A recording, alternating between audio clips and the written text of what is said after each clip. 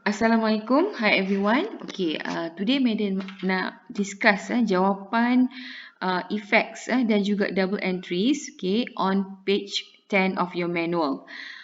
So untuk jawab soalan ni, especially for double entry part, awak kena ingat persamaan perakaunan ataupun expanded accounting equation to be specific kan. So awak kena ingat persamaan yang Madam ada terangkan sebelum ni. Awak kena ingat term ada law. Awak kena ingat ada law. So sebelah kiri persamaan perakaunan ni kita ada asset, drawings dan juga expenses ataupun kita panggil ada. Short form kita panggil ada. So ada ni berada di sebelah kiri persamaan perakaunan. So ada merupakan debit items. Debit items. So bila asset, drawings dan juga expenses meningkat, kita kena debitkan dalam akaun-akaun yang berkenaan. Tapi apabila asset, drawing dan juga expenses berkurang, kita kena kreditkan dalam akaun-akaun yang berkenaan. So kredit, kalau dia berkurang, kita kena kreditkan lah. Dia mesti bertentangan dengan orang kata sebelah debit. Kalau meningkat, kita debitkan. Kalau dia berkurang, kita kena kreditkan. And then kita tengok di sebelah kanan persamaan perakaunan kita ada item LOR, liability, owner's equity and revenues. So LOR ni kita boleh katakan dia adalah credit items. That means kalau liability, owner's equity and revenues meningkat, kita perlu kreditkan dalam akaun-akaun berkenaan sebab dia adalah credit items. Tetapi kalau dia berkurang, kita kena debitkan. Kita kena debitkan akaun-akaun yang berkenaan. Itu sekiranya liability, owner's equity dan revenue berkurang, kita kena debitkan dalam akaun-akaun yang berkenaan. So kita tengok transaction di bawah ni. Yang pertama sekali cash purchase. Dia punya effect dia expenses meningkat, dan asset berkurang. So kenapa expenses meningkat? Sebab kita beli barang, beli barang secara tunai. So belanja meningkat, expenses meningkat. And then bila kita beli barang secara tunai, so kita terpaksa bayar kepada pembekal menggunakan tunai. That's why asset kita berkurang. Asset cash kita berkurang. Jadi macam mana kita nak record double entry untuk transaction ni? So as we all know, expenses dia meningkat, kan? Expenses tu dia adalah di sebelah sini, belah kiri persamaan perakaunan. Ingat kalau ada meningkat, kita kena debitkan akaun yang berkenaan. So bila expenses meningkat, kita kena debitkan. Kita kena debitkan apa? Debitkan purchases. Debitkan purchases. Kita jangan debitkan expenses. Kita debitkan purchases. Nama account di sini mestilah spesifik, kan? Expenses apa? Purchases, kan? Pembelian. So kita debit purchases, and then di sini asset berkurang. Bila asset berkurang, ingat kalau asset meningkat kita debit, kalau asset berkurang mesti kredit, kan? So asset yang berkurang tu adalah cash, cash in hand. So kita kreditkan cash in hand. And then kita tengok transaction yang kedua, credit purchase. Pembelian secara kredit ataupun secara hutang. So apa efek dia? Expense meningkat, of course bila kita beli barang, belanja akan meningkat, kan? And then kita beli secara kredit. So liability kita juga akan meningkat. Kan? Liability itu adalah hutang. Hutang akan meningkat. Hutang apa yang meningkat dekat sini? Account payable ataupun account belum bayar. Account belum bayar ni sebenarnya merujuk kepada hutang kita kepada pembekal. Hutang kita kepada pembekal. So macam mana kita nak record double entry? Double entry kita tahu bila expand meningkat, okay, expand meningkat, kita kena debitkan. Ingat, ada meningkat kita kena debitkan. So, di sini kita kena debitkan purchases account. Sama macam di atas, kita kena debitkan purchases account. Okay, and then kalau liability meningkat, okay, ingat liability ni di sebelah sini dia adalah law. Liability dia law, sebelah kanan persamaan perakaunan. So bila liability meningkat, kita kena kreditkan akaun yang berkenaan. So kita kena kreditkan apa di sini? Accounts payable, kan? Sebab liability yang meningkat tu adalah akaun belum bayar ataupun hutang kita kepada pembekal. Okay. So di sini madam lupa nak jelaskan. Okay, kalau kita buat double entry, okay, double entry ni juga dikenali sebagai journal entry. Okay, catatan jurnal. Okay. Kalau kita buat double entry, kita tulis debit tu sebagai DR. DR tu means debit lah, short form kepada debit. Kemudian kredit kita tulis short form dia CR. Okay? Dan kredit tu kita mesti record ke dalam sikit, ataupun kita kena indentkan dia ke sebelah kanan. Indentkan ke sebelah kanan untuk kredit. Debit kena indent ke sebelah kiri, kan? Kredit mesti ke dalam sikit sebab kita nak bezakan antara catatan debit dengan kredit. Okay? Alright. Seterusnya kita tengok transaksi yang ketiga, cash sale, jualan secara tunai. Okay? Jualan secara tunai, bila kita jual barang secara tunai, kita akan dapat cash, kan? Dapat tunai daripada pelanggan. So, efek dia adalah aset kita akan meningkat. Aset apa? Aset cash. Okay? Dan revenue kita juga akan meningkat. Sebab kita buat jualan. Kalau adanya jualan, so revenue kita akan meningkat. Okay? So, macam mana kita nak record dalam double entry? Okay, bila aset meningkat, ingat bila ada meningkat, kita kena debitkan akaun yang berkenaan. Okay? So, kita kena debitkan akaun apa? Cash in hand. Okay? Sebab aset yang meningkat itu adalah aset cash in hand. Okay? Alright. Kemudian, revenue juga meningkat. Revenue meningkat, ingat kalau law meningkat, kita kena kreditkan. Okay? So, kita kena kreditkan apa dekat sini? Kita kreditkan sales, jualan. So, revenue tu mestilah spesifik. Namanya mesti spesifik. Kita kena letakkan kat sini, jualan. Okay? Alright. So, kita tengok pada transaction yang berikutnya. Kita ada credit sale, jualan secara kredit ataupun jualan secara hutang. Okay? Yang ni kita jual barang secara hutang kepada pelanggan. Okay, bila kita jual barang secara hutang, okay, aset kita akan meningkat juga. Tapi aset apa yang meningkat tu? Aset yang meningkat tu adalah account receivable ataupun account belum terima. Okay, account belum terima ataupun penghutang.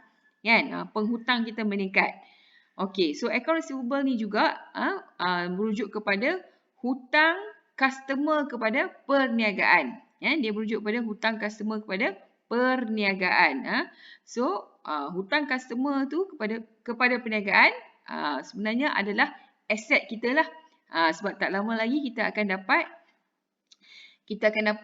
tunai daripada pelanggan kita, kan? Tak lama lagi kita akan dapat tunai. Sebab tu nama dia account belum terima, account receivable. Sebab tak lama lagi kita akan terima tunai walau bagaimanapun, kan? And then lagi satu efek dia adalah revenue meningkat, kan? Sebab kita buat jualan, so kita punya hasil ataupun revenue meningkat. Okay, so double entry macam mana kita nak buat? Okay. So, bila aset meningkat, okay, ingat kita kena debitkan akaun yang berkenaan. So, kita kena debitkan akaun receivable. Sebab aset yang meningkat tu adalah akaun receivable ataupun akaun belum terima. Okay. And then, revenue meningkat. Sama macam tadi. Okay, bila revenue meningkat, ingat kalau law meningkat, kita kena kreditkan akaun yang berkenaan. So, dekat sini kita kena kreditkan sales. Seperti mana yang tadi. Kita kreditkan sales. Okey. Next, kita tengok pada transaction yang berikutnya, purchase return from cash purchase. Okey, ini adalah pulangan belian daripada pembelian secara tunai. Okey, maksudnya sebelum ni kita beli barang secara tunai daripada pembekal. Kemudian kita pulangkan balik barang tersebut kepada pembekal. Mungkin disebabkan barang itu rosak dan sebagainya, kan? So kita dah beli barang secara tunai daripada pembekal and then kita pulangkan balik barang tu kepada pembekal dan kita andaikan pembekal tu dia tak gantikan dengan barang yang lain. Katakan barang ni dah out of stock, kan?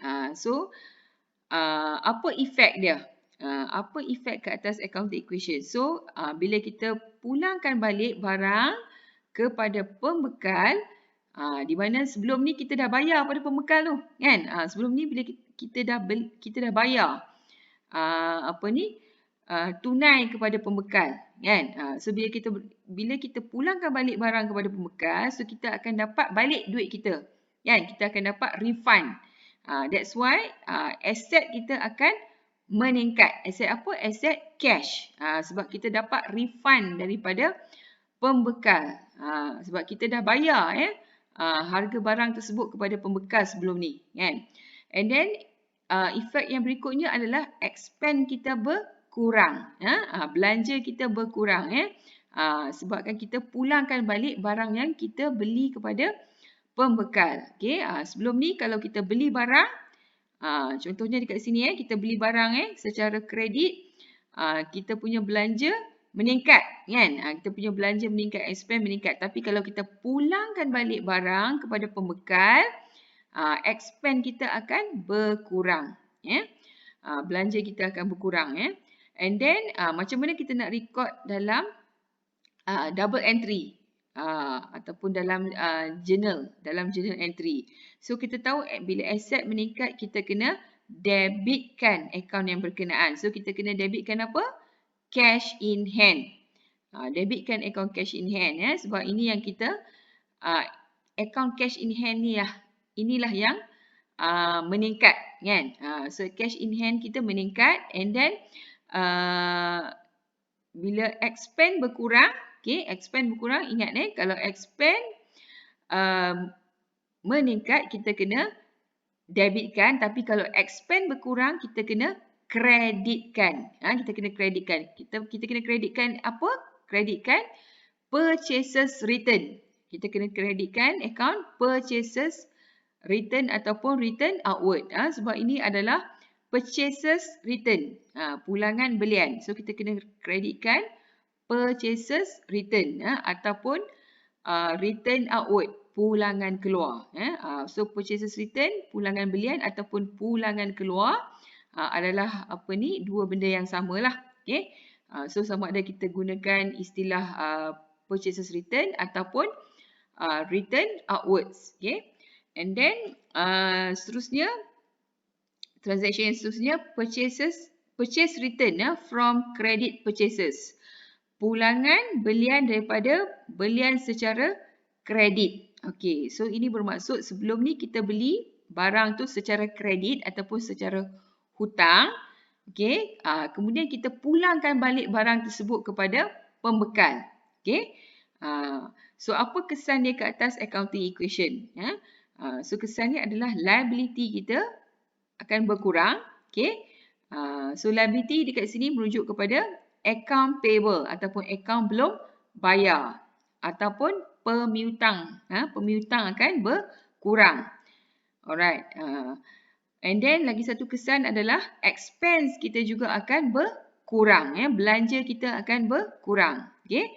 So liability berkurang sebab sebelum ni kita beli barang secara kredit, kan? Secara hutang kepada daripada pembekal. Kita beli barang secara hutang daripada pembekal. So bila kita pulangkan balik barang tersebut kepada pembekal, maka hutang kita juga akan berkurang. Kan? That's why dekat sini liability berkurang. Kan? Okay, and then expense kita juga berkurang sebab barang yang kita beli kita pulangkan balik. Kan? So pembelanjaan kita dah berkurang. Okey, sama macam tadi. Kalau kita beli barang, kan? Contohnya kita beli barang secara kredit, okey.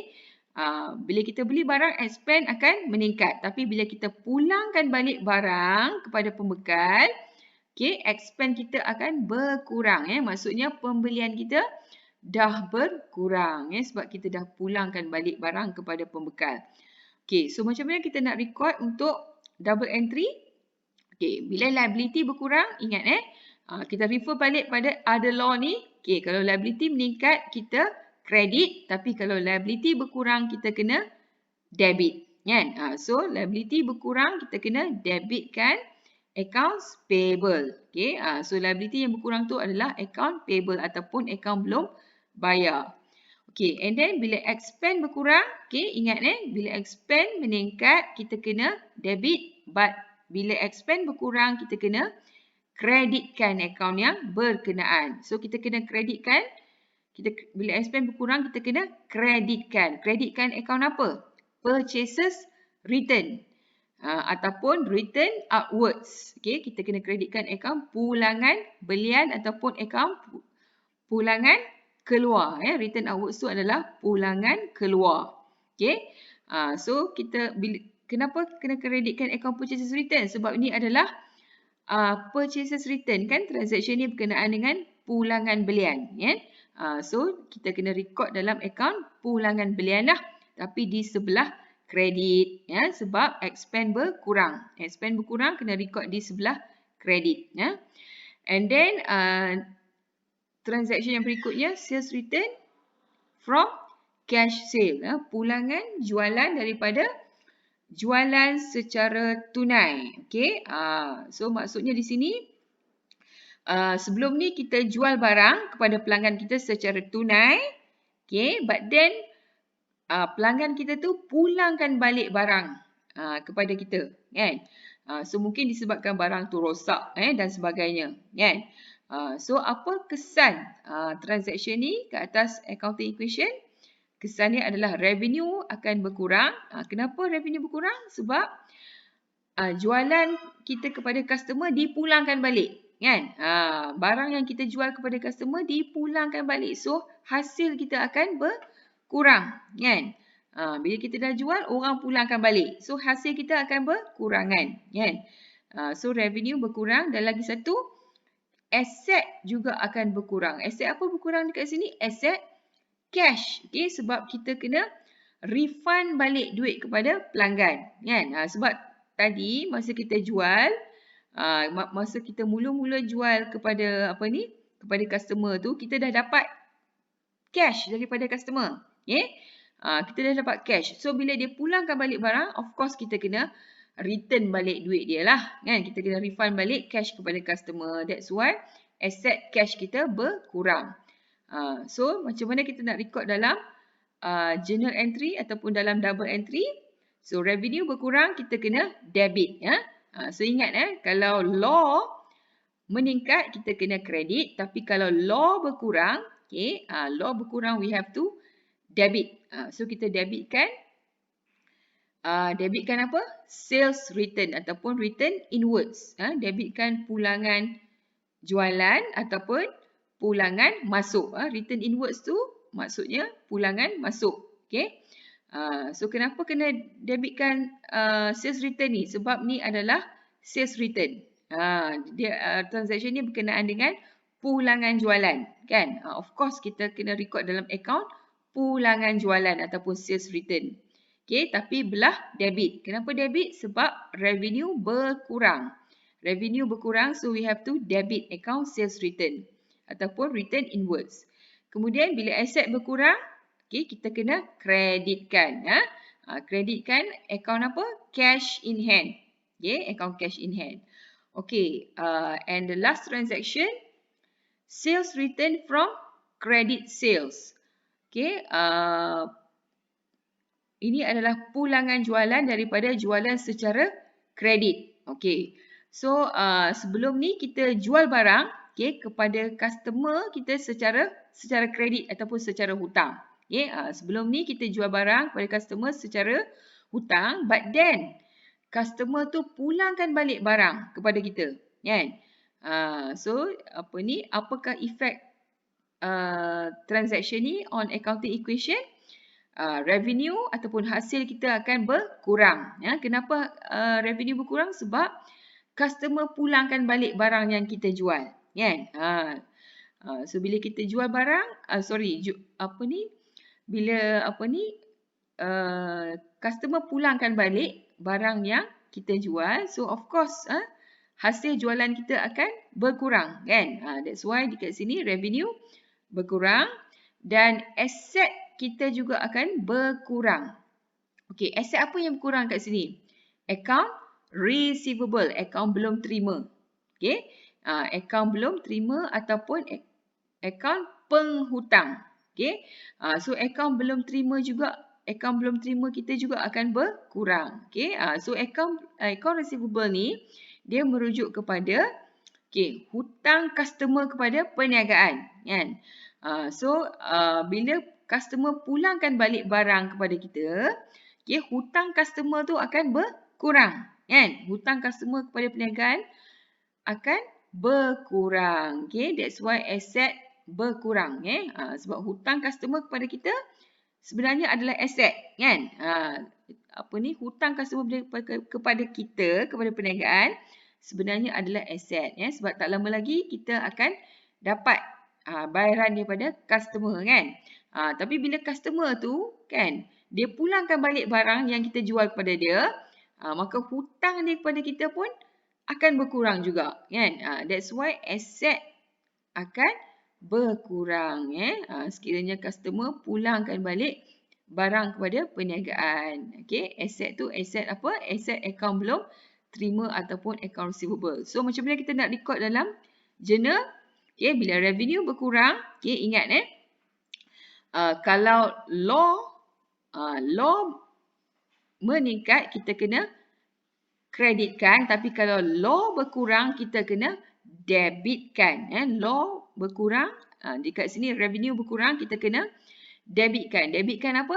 Sales return ataupun return inwards. Kita kena debitkan pulangan jualan ataupun pulangan masuk.